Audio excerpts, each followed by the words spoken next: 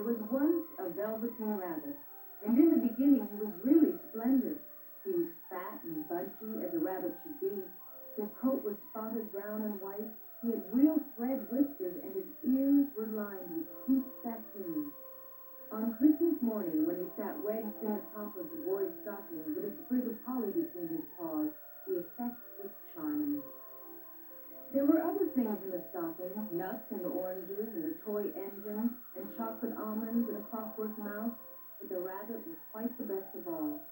For at least 2 hours the boy loved him, and then aunts and uncles came to dinner, and there was a great rustling of tissue paper and unwrapping of parcels, and in the excitement of looking at all the new presents, the velveteen rabbit was forgotten.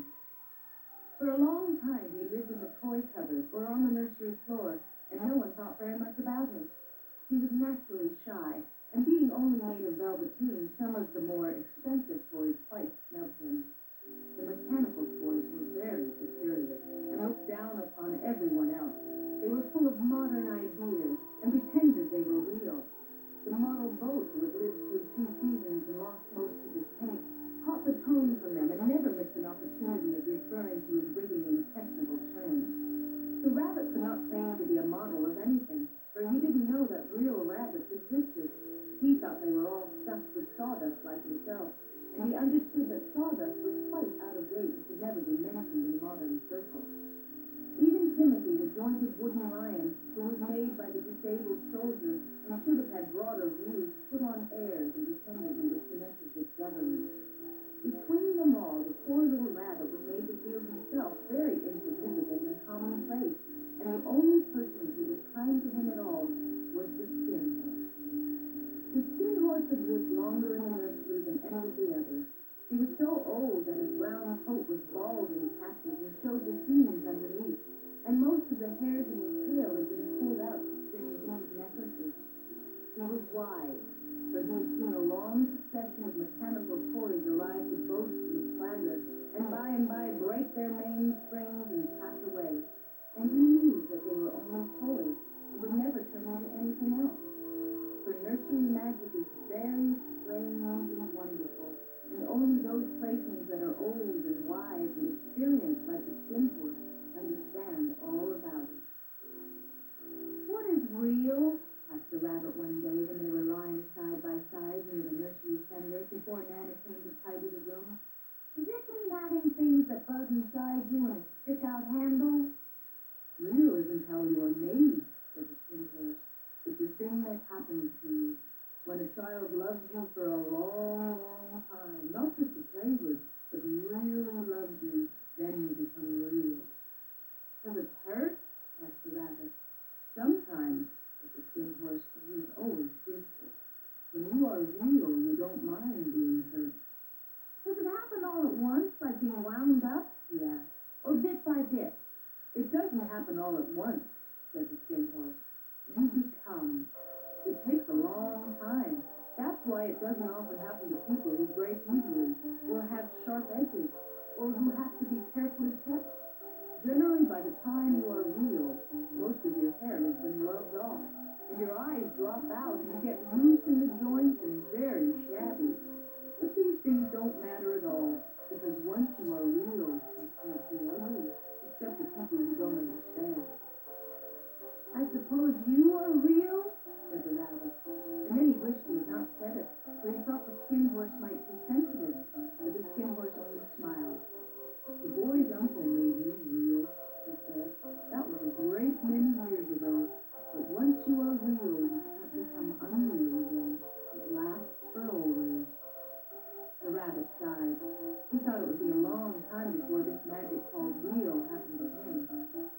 He longed to become real, to know what it felt like, and yet the idea of growing shabby and losing his eyes and whiskers was rather sad.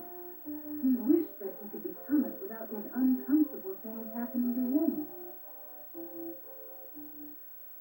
There was a person called Nana who ruled the nursery. Sometimes she took no notice of the playthings lying about, and sometimes, for no reason whatever, she went swooping about like a great wind and hustled them away in cupboards.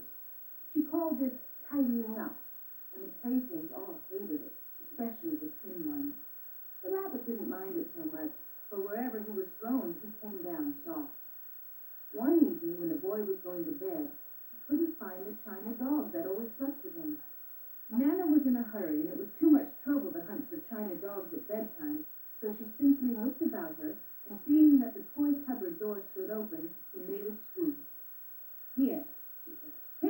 old bunny, he'll do to sleep with you." And she dragged the rabbit out by one ear and put him into the boy's arms.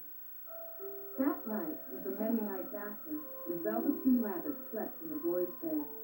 At first he found it rather uncomfortable, for the boy hugged him very tight, and sometimes he rolled over on him, and sometimes he pushed him so far under the pillow that the rabbit could scarcely breathe. And he missed, too, those long moonlight hours in the nursery, when all the house was silent and talked to the still horse. But very soon he grew to like it, for the boy used to talk to him, and made nice tunnels for him under the bedclothes that he said were like the burrows the real rabbits lived in. And they had splendid games together, and whispers, when Nana had gone away to her supper and left the nightlight burning on the mantelpiece. And when the boy dropped off to sleep, the rabbit would snuggle down close under his little warm chin and dream, with the boy's hands clasped close round him all night long. And so time went on, and the little rabbit was very happy. So happy that he never noticed how his beautiful velveteen fur was getting shabbier and shabbier, and his tail was coming on its own, and all the pink rubbed off his nose where the boy was kissing.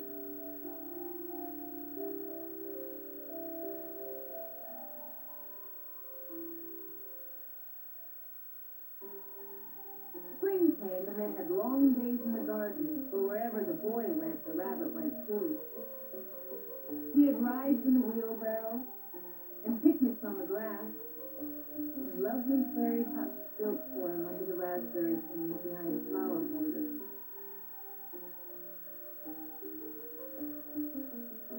And once, when the boy was called away suddenly to go out to eat, the rabbit was left out on the lawn until long after dusk. And Nana had to come and look for him with a candle, because the boy couldn't go to sleep unless he was there.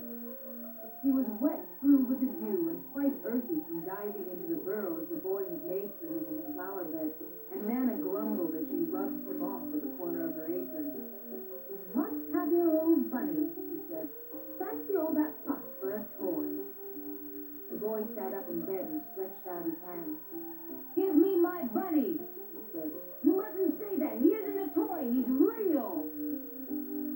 When the little rabbit heard that, he was happy, for he knew that what the skin horse had said was true at last. The nursery magic had happened to him, and he was a toy no longer. He was real. The boy himself had said it.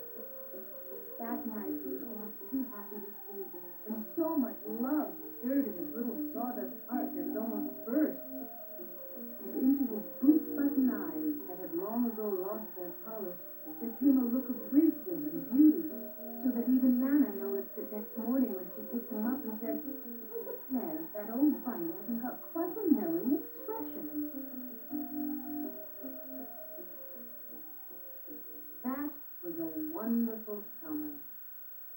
Near the house where they lived, there was a wood. And in the long June evenings, the boy liked to go there after tea to play.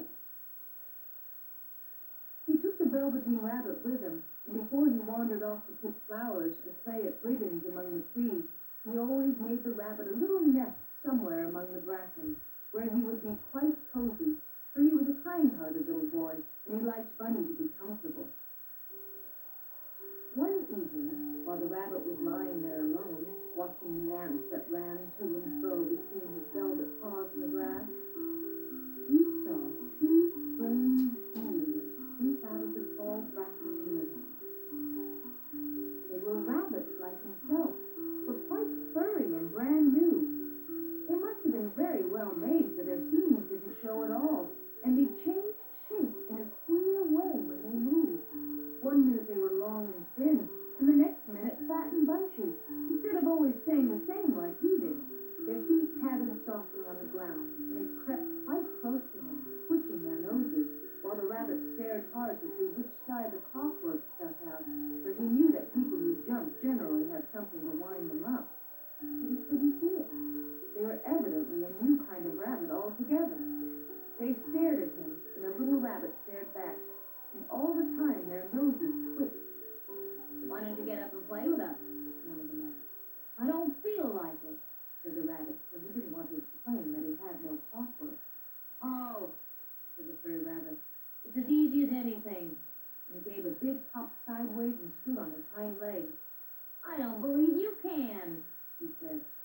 "I can," said the little rabbit. "I can jump higher than anything." He meant when the boy threw him, but of course he didn't want to say so.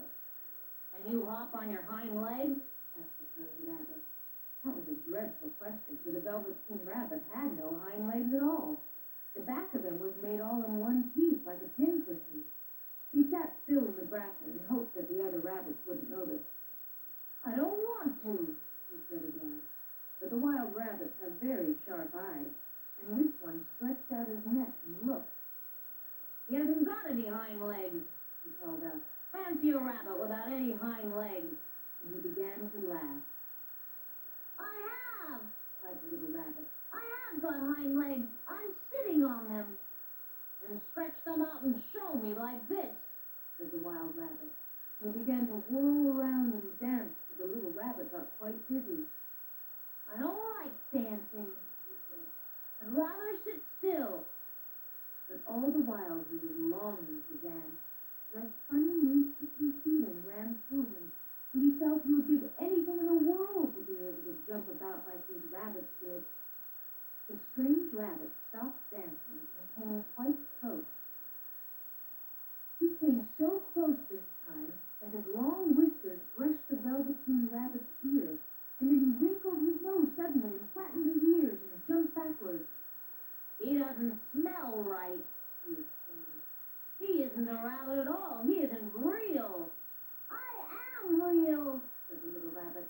"I am real. The boy said so." He nearly began to cry. Just then there was a sound of footsteps, and the boy ran past near them, and with a stamp of feet and a flash of white tail, the two strange rabbits stood.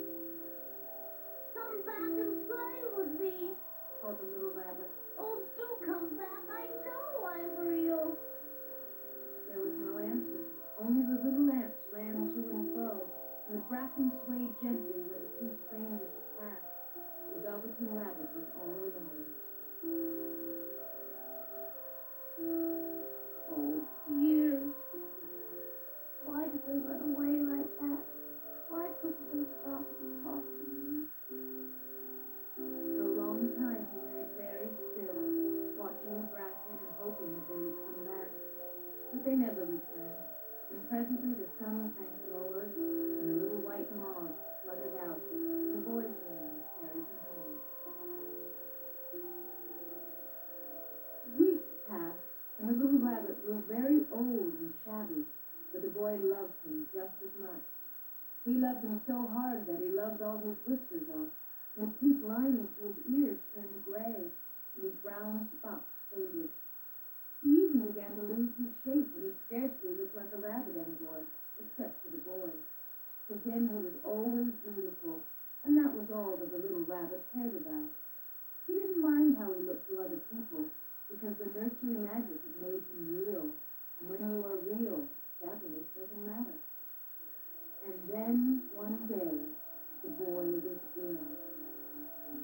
His face grew very flushed, and he talked in his sleep, and his little body was so hot that it burned the rabbit when he held him close. Strange people came and went in the nursery, and a light burned all night, and through it all the little velveteen rabbit lay there, hidden from sight under the bedclothes, and he never stirred, for he was afraid that if they found him, someone might take him away, and he knew that the boy needed him. It was a long, weary time, for the boy was too ill to play, and the little rabbit found it rather dull with nothing to do all day long. But he snuggled down patiently, and he looked forward to the time when the boy should be well again, and they would go out in the garden amongst the flowers and the butterflies, and play splendid games in the raspberry thicket like they used to. All sorts of delightful things he planned, and while the boy lay half asleep, he crept up close to the pillow and whispered in his ear. And presently the fever turned, and the boy got better. He was able to sit up in bed and look at picture books while the little rabbit cuddled close at his side. And one day they let him get up and dress. It was a bright sunny morning, and the window stood wide open. They had carried the boy out onto the balcony, wrapped in a shawl, and the little rabbit lay tangled up among the bedclothes,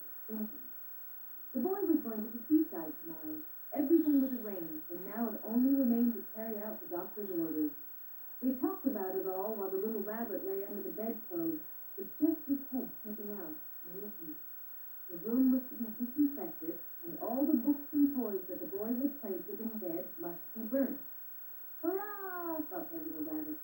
Tomorrow we shall go to the seaside. For the boy had often talked of the seaside, and he wanted very much to see the big waves coming in and the tiny crabs and the sand castles. Just then Nana caught sight of him. How about this old bunny? She asked. That? Said the doctor. Why, it's a mass of scarlet fever germs. Burn it at once. What? Nonsense. Get him a new one. He mustn't have that any more. And so the little rabbit was put into a sack with the old picture books and a lot of rubbish, and carried out to the end of the garden behind the fowl house. That was a fine place to make a bonfire, only the gardener was too busy just then to attend to it.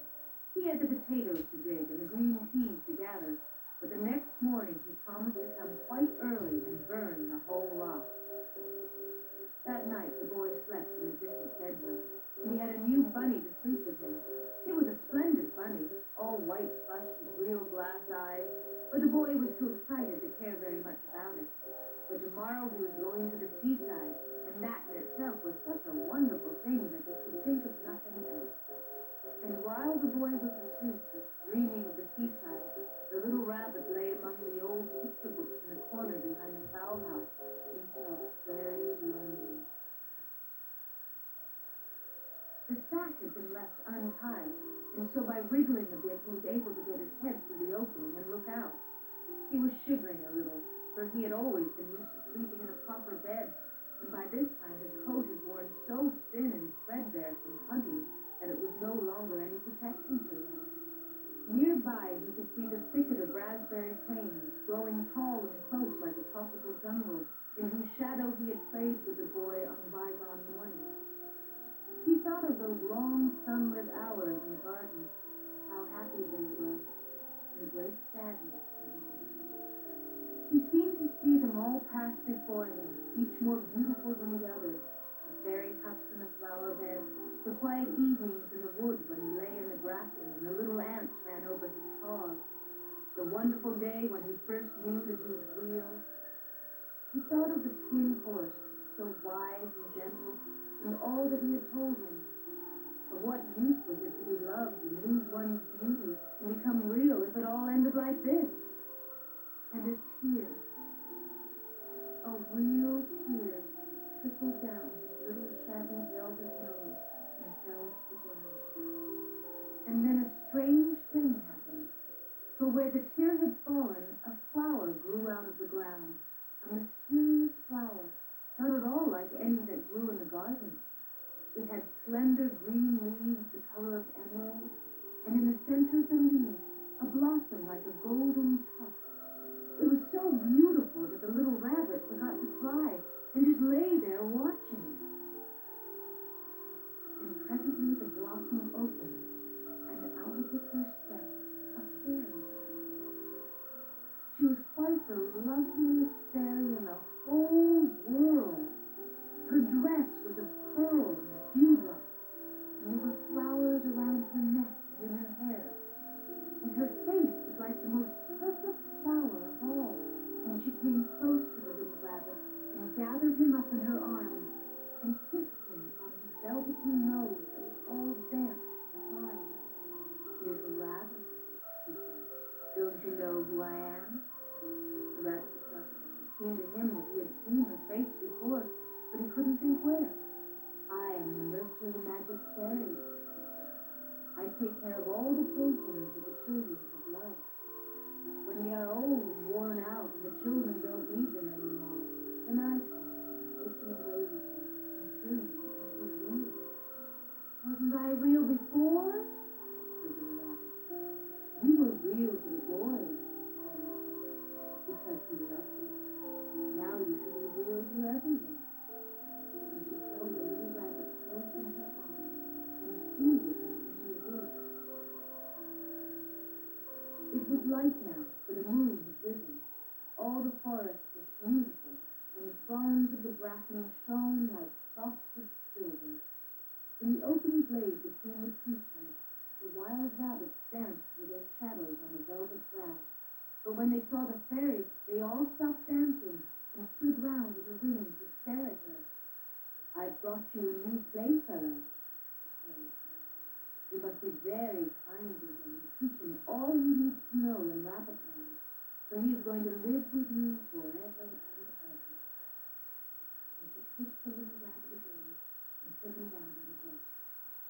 "Run and play, little rabbit," she said. But the little rabbit sat quite still for a moment and never moved. But when he saw all the wild rabbits dancing around him, he suddenly remembered about his hind legs. He didn't want them to see that he was made all in one piece. He did not know that when the fairy kissed him that last time, she had changed him altogether. And he might have sat there a long time, too shy to move, but just then something hadn't tickled his nose, and before he thought what he was doing, he lifted his hind toe to scratch it, and he found that he actually had hind legs. Instead of dingy velveteen, he had brown fur, soft and shiny. His ears twitched by themselves, and his whiskers were so long that they brushed the grass. He gave one leap, and the joy of using those hind legs was so great that he went springing about the turf on them, jumping sideways and whirling round as the others did, and he grew so excited that when at last he did stop to look for the fairy, he was gone. He was a real rabbit at last, at home with the other rabbits. Autumn passed and winter, and in the spring, when the days grew warm and sunny, the boy went out to play in the wood behind the house. And while he was playing, two rabbits crept out from the bracken and peeped at him. One of them was brown all over, but the other had strange markings under his fur, as though long ago he